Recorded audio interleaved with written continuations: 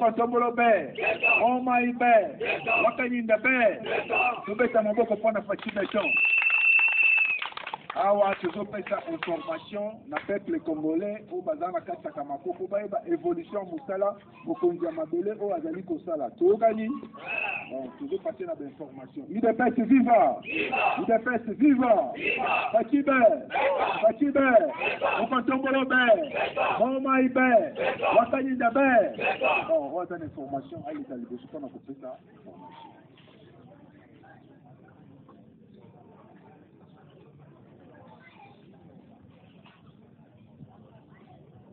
Idepesa viva! Idepesa viva! Fachi be! Mobetana maboko makasi mwana fachi beton. Nakanisi ke mokonzi ya mboka asalaki mobembo moko ya mulai. Auti kozonga na mboka na biso. Na mobembo oyo asali amemeli biso mbongo 1,5 milliard. Idepesa viva! Kosangisa na oyo ya voyage ya liboso ekomi total nyonso mbongo nyonso ba voyage na ekomi 4 milliards dollars américains. Sikoyo banda gouvernement na bande kosala na nani réserve de change ezali na 3 milliards 300 millions. Total mbongo nyonso ezali eza plus de 7 milliards. Bopetana na maboko pona mokonzi mboka.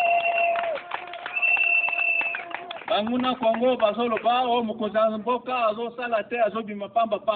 Me potala mbongo ezokota na mboka na kobima na ye. Tango azongi na mboka akomi na repos aboyi kokota na salon d'honneur place oyo babongisaka bona bakonzi mboka na bato ya minene. Sikoyo orke batindaki mercenaire moko azalaki wana lati tenue à la police mais azalaki au Rwandais. Tango Fachi beto ayaki lokola akenda ozwa Jésus na Israël akomi boye bala moko apimi libanda ya report. Sikoyo ba service ya sécurité bake kanga mutu wana. Na minute tozolo bana bino audit na ye ezali en cours. Idepesa viva! Idepesa viva! Après na mboko ya kindaki na ezali c'est la première fois nani Congo ou bien chef de l'État congolais a participé à la 26e réunion ya makambo Italie bâtiment. Alors non, j'ai invité. Idepesa viva! A Koti kuna bazimbongo 500 millions de dollars américains bapesiye. Mbongo wana musala nango eza musala nini? Il faut baya kotongela biso bandako. Basala bashit place courant ezalite courant ezalaka. Alors biso to banda ko vivre sikoyo neta batu moko bazo vivre na Basile. Bona nini? Sikoyo makambo ya kokata nzete liboso tozo kende kozala te. Idepesa viva! Alors liboso tozo kende nzete soko kati ata muke. Alors place na yo kozala na prison. Alors nde bapesi mbongo wana po mbongo wana babanda kotonga surtout bato bazana ba village bazana ba mboka oyo bazokata banzete pona kolamba nango bazokata banzete pona kotunga banda sikoyo makambo wana ekozala te nde mbongo aye nango ezali 1,5 milliard.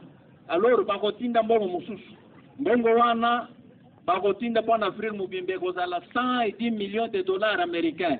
Mais Congo akozala na 60%. 60% wana ezali pona nini? Bainete kamakwao. Baluki disika batungili biso bandako condition nyonso oyo batungila bandako eza wana après ça toyokota bandako wana basaleli biso bakora to bandako lamba na bakora. Mais pona zete moyen kokata ngo ezali liso sote. Idepesa viva! Botala nanu nete na mboko oyo. Kobima mokonzi ya mboko azobima bazolo keba mobembo na ye ezali ya pamba. Mais mobembo wana ezokotisa mbongo oyo kotunga Congo. Mais botala nete na mboko oyo. Bato oyo Kabila tegele biso na mboko oyo. Les antivaleurs tala nete awa. Marché ezalaka kama kote.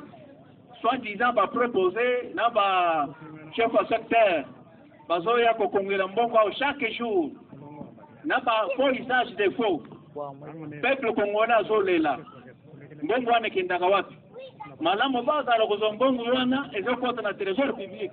Ke mbongo wana ekota na bapoche na bango.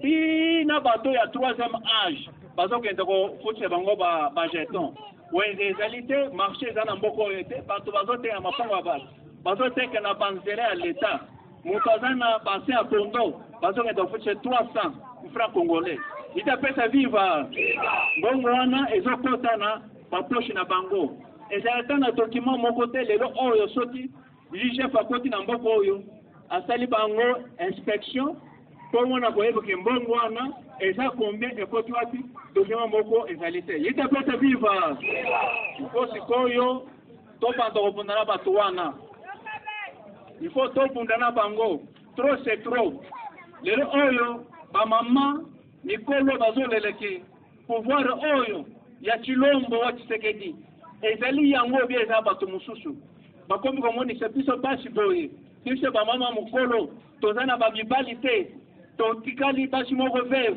mais chaque jour naye na base na nga pondo ya matembelo 300 francs congolais itepete viva bato oyo baza bamiyibi il faut bakangama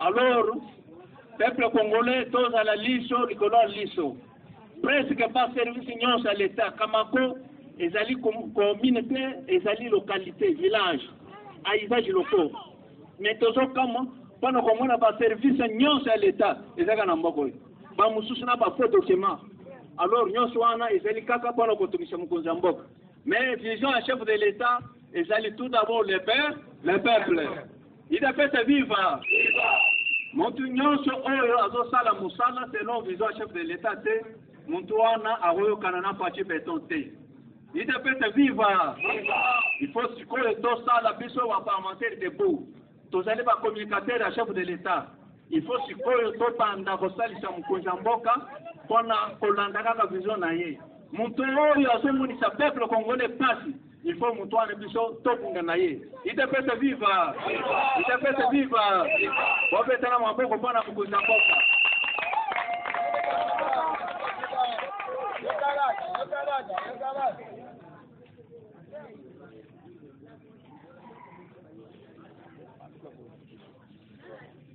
pouvoir. Bon, nazali kopesa mwa information ya makambo ezoleka na mboka mpona koyeba ete Kabila azalaki toujours aspecté du pouvoir azalaki na posa te ya kotika mboka oyo yoka eloko oyo babongisi mpona koempêcher élection ya 2023 pouvoir. Ok, faut boyeba ke pouvoir eza toujours ya bino mais il faut bofongola miso. Kabila a ses complicité na évêque Solé na cardinal Abongo. Cardinal Abongo aza cardinal na biso oyo tozalaki na yao. Alors bakei na Belgique mpona kokende komona le métier, les responsables ya usine oyo l'accord monsieur nani monsieur Karinacle usine wana ezali usine moko oyo eza kofabrike uniquement bapareil oyo ezali mpona kointergale élection bino bokoki kovote peut-être kovote faci yango ezobimisa mutu na bango mosusu que ça soit bokangi internet to bokangi nini oyo ya bino oyo bino bovote wana ekoleka te bango bakoperturbe bakobimisa oyo ya bango mutu po trouble ekota na population kolo usine wana azali monsieur Marcel David usine wana ezali fabriqué en 1974 peuple congolais. Alors mboka oyo tozokende na envoi de développement toza na 3 pays oyo babomisi mpona envoi de développement Congo comme premier pays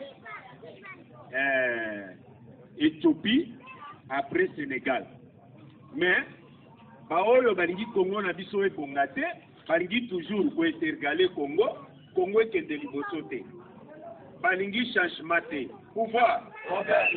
Alors Faci aza na besoin te abongisa mboka oyo peuple congolais nyonso a se retrouver mboka ekende liboso tokoma na envoi de développement.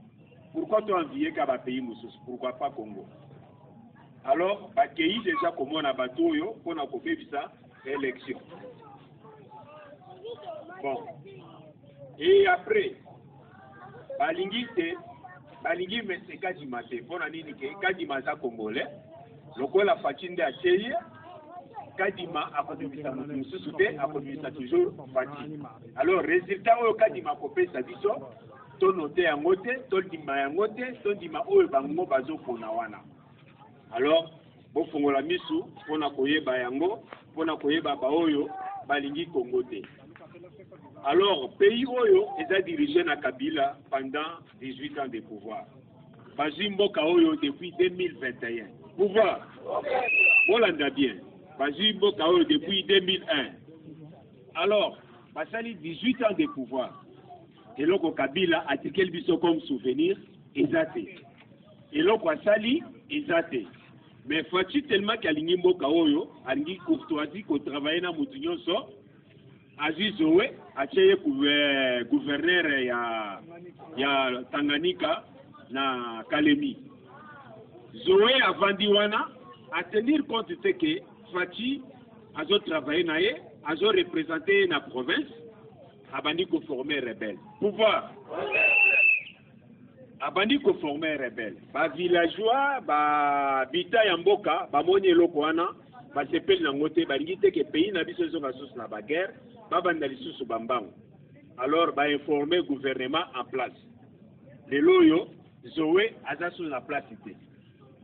Zoé aza na ndako moko te na Congo. Aza na lopango te, aza na nini te. Zoé a bandi koloba ete, bolanda bien, place oyo azoloba na peuple congolais. À cause des pouvoirs, l'homme congolais est prêt à perdre une petite dignité. Yokanan. Banda yi yango bafandi na pouvoir, bango bafandi na pouvoir oyo. 18 ans de pouvoir. Baïbaki dignité à peuple congolais. Mais le loi Fati a commis que ça l'était peuple congolais à sa place naé, aïe badro naé yamboka, bango ba commis que ça été, bango bazan un souci à Congo. Alors, peuple congolais, bon Congola mis. Et loko oyo, bazan ko préparé et loko moko poété, baringi peuple congolais a se pélaté, peuple congolais a banda toujours qu'on souffrir. Na 18 ans, on va dire beaucoup d'esclavagisme.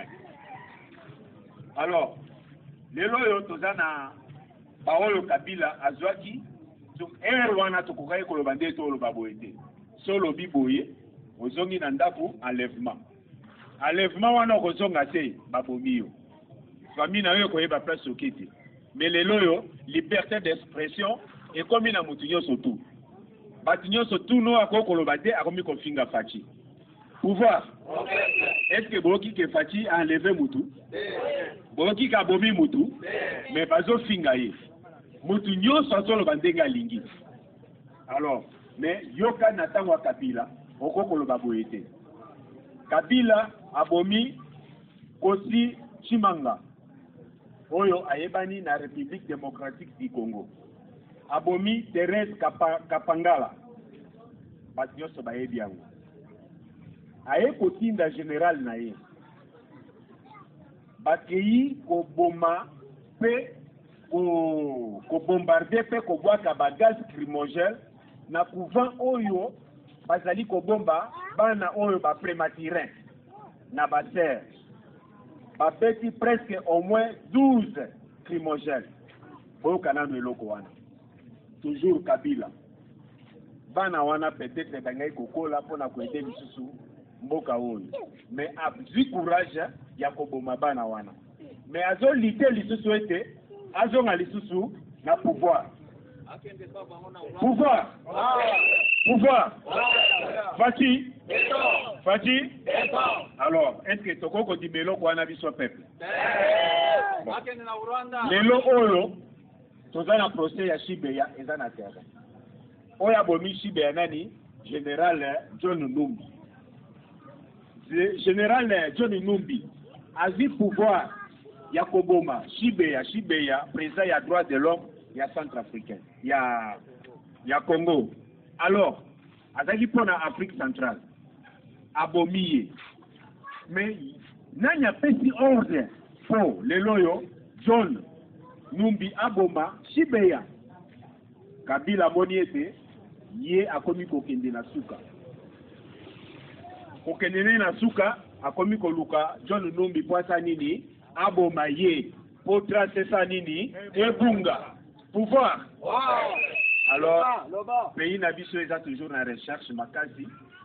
Ezoluka toujours batu nyonso wana bakokangama pe bakosamba devant population. Pouvoir na basi na suki wana maboko pona fachi. Ita pesa viva. Ita pesa viva. Il faut tobunda makasi na bato oyo ya kabila bakabeliste. Botela ndenga bazonyo ko la peuple congolais. Message tozolo ba muntu nyonso azwi yango akomisa yango epa ya mokonzi ya mboka. Le président Fati. Botela lebele ba congolais. Bazo kende ko kufa na Angola bazo mobango lokola banyoka. Likola nini ya jamaa. Jamaa wana tozali na ngwa ya Congo même ko le Angola wana. Mais eza bato moko baza wana soi-disant ba exploiter minier or que ba exploiter minier moko fantôme. Alors, muntu azana permis d'exploitation industrielle. Tomonaka ba machine ye oya sala ngo musala te. Pe ba kare na bango tozomona ba pano indicateur te. Mais sikoyo bato ya maboko bazo sala na ba frère na bango moko na ba sacha bato kolo ba sacha wana bazo futa mbongo bazo suma mikanda na bango mais bato wana bazo landa bango ke bakata ka ba michango. Or que code minier via loi minier zoloba ce qui muntu azana permis d'exploitation industrielle. Il ne peut pas être transformé dans exploitation artisanale. Mais comment bango bazana permis il y a une exploitation industrielle. Comment bazo kende kola dabato oyo bazo sala na exploitation artisanale. Pe bazo dépenser bango na bango kolia ba dépenser nyonso ya bango moko. Ite pese viva. Bato oyo bazo sakala na vision chef de l'état. Tozo senga mokonzi mboka atinda chef na mboka oyo a inspecter ba nyonso bakare. Pe ba mususu bazana ba permis de recherche wana et comme bakare minier. Mais ce qui va gagner bato wana tozo senga na mokonzi mboka. Bato wana bato dommager famille nyonso ba congolais ba ke ko bango na Angola de kola jamaa. Ita pesa viva. Ita pesa viva. Alors tout le monde qui est au Sokelwana prochainement tokopesa les ressources. Bobetana na maboko pana mokonzi mboka.